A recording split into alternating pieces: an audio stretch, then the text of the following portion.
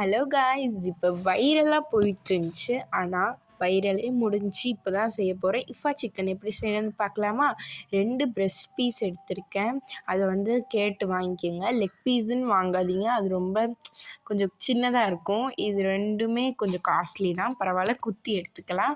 அப்புறம் 2 table spoon தயிர், 1 table spoon மிளகாய் பொடி, 1 table spoon garam masala, 1 table spoon மிளகு பொடி, 1 டேபிள் ஸ்பூன் மஞ்சள் பொடி, ஒரு 2 டீஸ்பூன் ஜிஞ்சர் கார்லிக் பேஸ்ட் சேர்த்து நல்லா மிக்ஸ் பண்ணிக்கலாம். 1/2 லெமன் புழிஞ்சு விட்டுக்கிறேன்.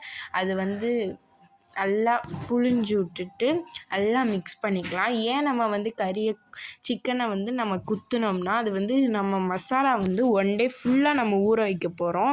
அப்போ தான் வந்து ஜூஸியாக கிடைக்கும். நம்ம வந்து ஜூஸியாக வேணுன்னா நம்ம வந்து கொஞ்சம் நேரம் ஊற வச்சா தான் ஜூஸியாக கிடைக்கும். அதனால் நல்லா மிக்ஸ் பண்ணிக்கலாம். நான் இப்போ வந்து கலர் பொடி சேர்க்கலை. நீங்கள் வந்து இப்போயே கலர் பொடி சேர்த்துருங்க. கலர் பொடி வந்து கொஞ்சமாக சேருங்க, ரொம்ப சேர்க்காதீங்க, கெடுதல். கொஞ்சமாக சேருங்க. கொஞ்சமாக சேர்த்தாலே ரொம்ப ரெட்டாக வந்துடும். அதனால் கொஞ்சமாகவே சேருங்க. நான் வந்து இப்போ சேர்க்கல, லாஸ்ட்டில் சேர்த்துருப்பேன். ஆனால் அது நான் வீடியோ எடுக்க மறந்துட்டேன். எப்பயும் போல் நடக்கிறது தான், ஒரு பிரச்சனை இல்லை. இது வந்து நார்மல். ஓகே, நல்லா தடவி எடுத்துக்கலாம்.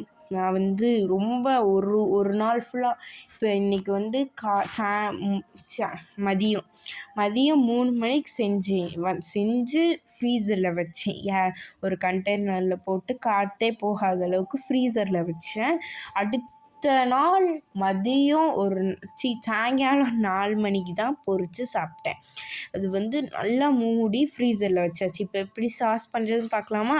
1 டேபிள் ஸ்பூன் மிளகு பொடி, 2 பூண்டு, 1 சீஸ் ஸ்லைஸு, 1/2 டம்ளர் மில்க். அடுத்து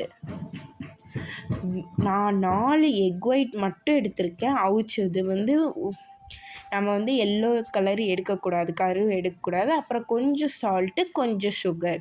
நம்ம வந்து மைனஸ் மாதிரி தான் இருக்கும், ஆனால் நம்ம எண்ணெய் ஊற்றாமல் செய்கிறோம். இது வந்து ஒரு சீஸி, இதுதான் முக்கியமான பார்ட்டு. இது ரொம்ப திக்காக வந்திருக்கும். ஏன்னா நான் வந்து 3 முட்டை சேர்த்துருக்கேன். 4 முட்டைன்னு சொல்லிட்டேன். நான் 3 முட்டை தான் சேர்த்துருக்கேன். 3 முட்டையை நல்லா அவிச்சு சேர்த்துருக்கேன். சரி, இப்போ வந்து நான் வந்து இந்த தவாவில் போடுறேனே அப்படின்னு கேட்காதீங்க.